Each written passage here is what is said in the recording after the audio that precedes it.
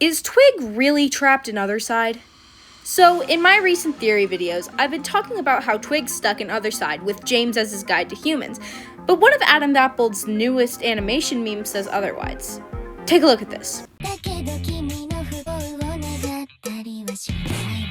That's Earth. Either that, or James somehow has a house and Wi-Fi and a store and a casino and a car in Otherside, which I don't think he does. Is Adam subtly telling us that Twig can in fact be on Earth whenever he wants to?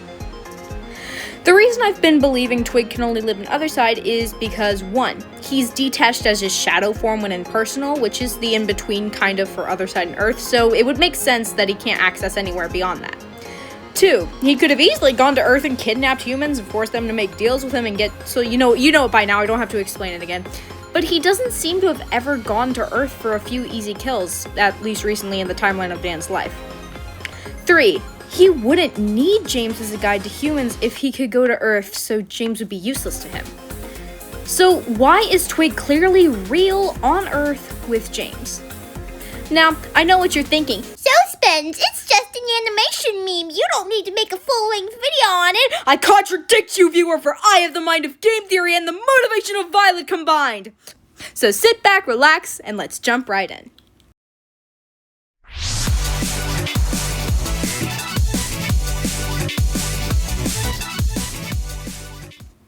To start, let's go over some new things we can pick up about James' character that might affect the theories. We can see he usually smokes and sips juice. Actually, the juice comes up twice, but that's not really important right now. He also likes playing cards, so he probably bets money a lot. He's got a nice living area, though, so he might be smart with his money. He also owns a car, and a house, and a TV, and a mirror, all of which looks tidy and well kept, hinting he might actually be pretty well off for a situation besides his spending habits. At the very end, we can see James sitting in a chair, and 2 times, Twig flashes onto the screen with string tied to his hands leading down to James, implying James is just his puppet or something cool like that, I don't know. Okay, this builds out James more for us, which I like. It lets us know what kind of person he is, which gives us more solid theories since we can think, yes, he'd canonically do this. I'm going to call this theory the Invisible Wizard 2.0 theory. If those words made you gasp or pay attention more or something like that, you'll probably get that this is a reference to a Gravity Falls joke character called the Invisible Wizard, who is referenced 2 main times, once with Mabel, the other with Grenda. He also appears in, I think, Journal 3 somewhere, I don't know. It is later implied that Bill Cipher is the Invisible Wizard because of the kissing scene with Grenda, leading to Bill calling her a monster for no obvious reason why except that he was the wizard in the closet. Keep in mind that Grenda's scene also happened after Bill was summoned, so he was, during the time of this event, trapped in a place called the Mindscape, with no physical form, therefore being invisible to all entities except himself. The Mindscape is basically an in-between of Earth and the summoner/victim's mind, where Bill is trapped without a physical form for most of the show up until Weirdmageddon. That is, if we exclude this scene from the 4th episode of Season 2 titled Sock Opera. Someone's looking desperate. Thought I told you to leave me alone. I can help you, kid. You just need to hear out my demands. Everyone loves puppets, and it looks to me like you've got a surplus. I don't know, man. Mabel worked really hard on these. Seems to me one little puppet is a small price to pay to learn all the secrets of the universe. Besides, what's your sister done for you lately? How many times have you sacrificed for her, huh? And when has she ever returned the favor? Just one puppet? Fine! So what puppet are you gonna pick, anyway? Let's see. Eeny, meeny, miny. What? What? This can't be happening! What did you do to my body? Sorry, kid, but you're my puppet now! Oh my gosh, this can't be happening. This can't be happening. After Bill makes his first deal with Dipper, he chooses Dipper to be a puppet and possesses him entirely, taking full control of his actions and mind and gaining a physical form for the first time. This is the first time in the entire show that Bill Cipher escaped the Mindscape, where he can now interact with things on Earth instead of being a ghost-like form. Now, why am I telling you all this? To give context for the Invisible Wizard 2.0 theory.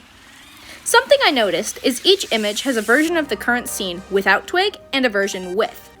James also seems to acknowledge Twig's existence, but he does it even when Twig isn't visible as seen here. Even more, why would we get two versions with and without Twig? Well, I was scrubbing through each frame of the video looking for any details, when I noticed an unusual shadow on James's hand. A scar. James is now confirmed to have made a deal with Twig, or at least summoned him.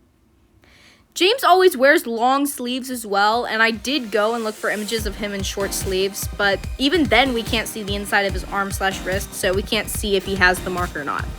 Excellent hiding, Adam, but not perfect, because he has the scar. We know he summoned Twig one way or another. But that still doesn't explain how Twig is on Earth. Well, get comfy and get ready to listen, because we're gonna be here a while. Remember the mindscape? Well, remove the word scape. We get mind.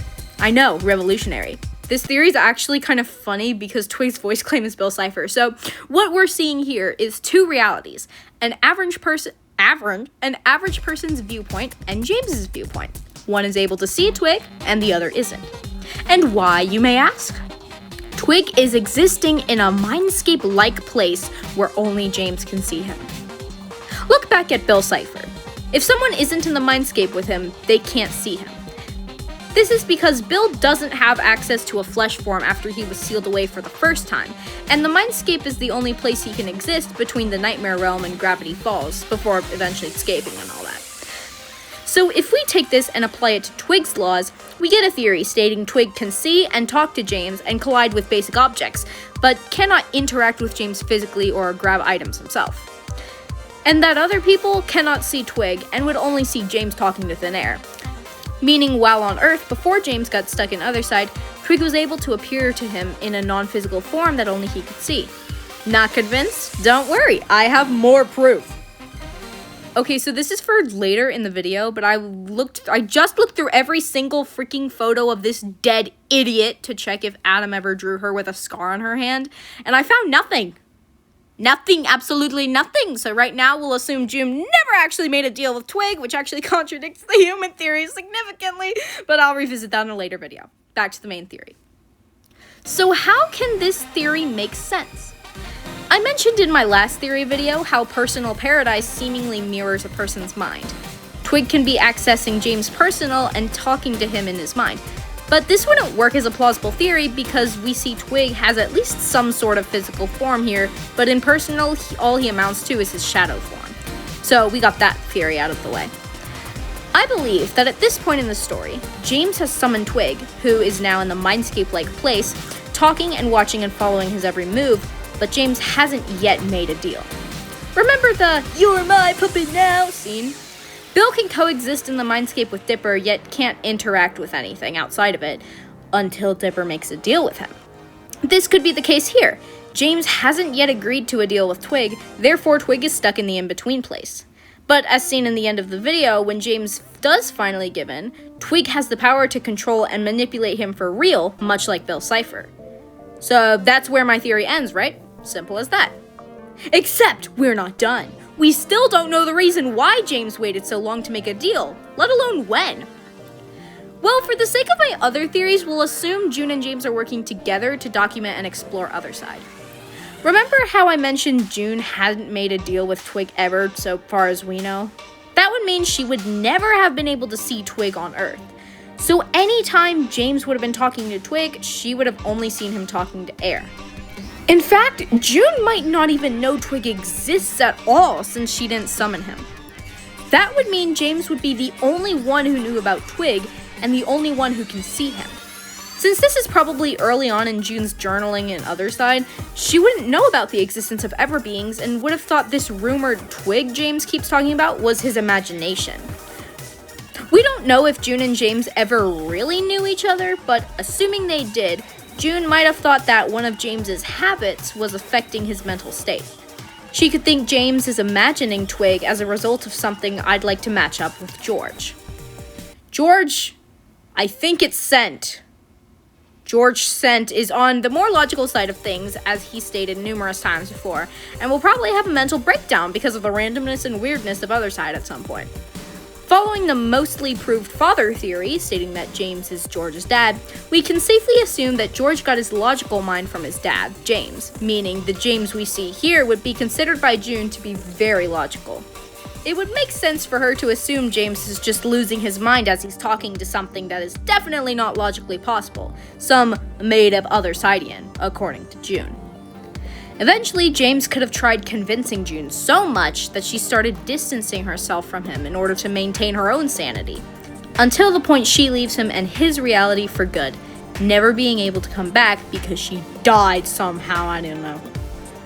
That would leave James alone with no leads for what to do next with Otherside, leading him to eventually accept Twig's deal because he's so fed up with Twig's constant yammering that only he can hear, which might have caused friends or relatives to start doubting James' sanity. That's where this theory should end, right? We have a solid theory on how Twig is here and a solid reason why James would have accepted the deal. That's it, right? Wrong! What would have been Twig's deal?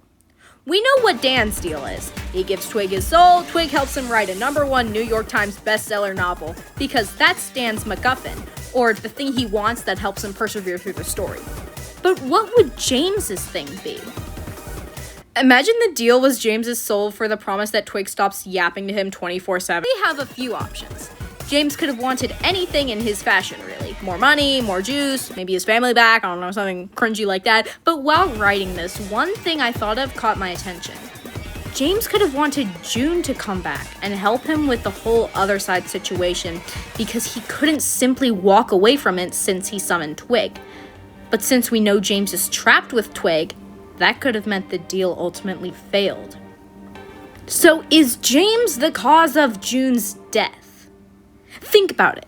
June steps away from her Otherside project. James needs her back. Twig and James make a deal. James can be Twig's guide to humans. Twig gets June back for James. So what went wrong? James possibly broke the deal at one point, on purpose or accidentally. That would have caused Twig to get pretty mad, and maybe, just maybe, he unalived June as James's punishment. Then he trapped James in Otherside and made him continue to uphold his end of the deal, being a human guide, although June is now dead and he has no motive. But maybe he does. Maybe staying alive is his motive. You can't seriously look at this guy and not imagine how intimidating he would actually be if you saw him, like, in your house at night at, like, 3 a.m. You're just getting a glass of water, you go to your kitchen, and he's just standing right beside your fridge, like, hello there. I think that about wraps up what I had in mind for the Invisible Wizard 2.0 theory. If you enjoyed, leave a like and subscribe if you want to.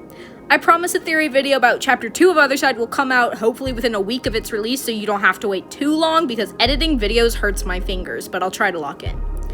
Thanks again for watching to the end. So long and stay so spendy.